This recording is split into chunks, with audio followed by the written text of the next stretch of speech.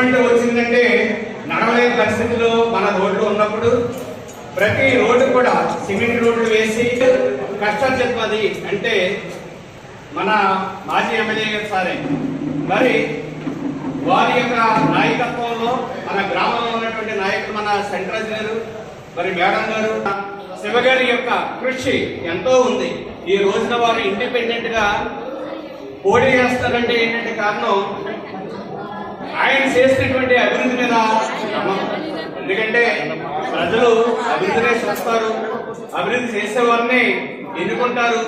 నాకు బలమైనటువంటి క్యాడర్ అనేది ఉంది, ప్రజలు ఖచ్చితంగా నన్ను గెలిపిస్తారు అనేటువంటి గొప్ప నమ్మకంతో ఈ రోజున వారు ఇండిపెండెంట్ గా మరి మన ముందుకు వచ్చారు.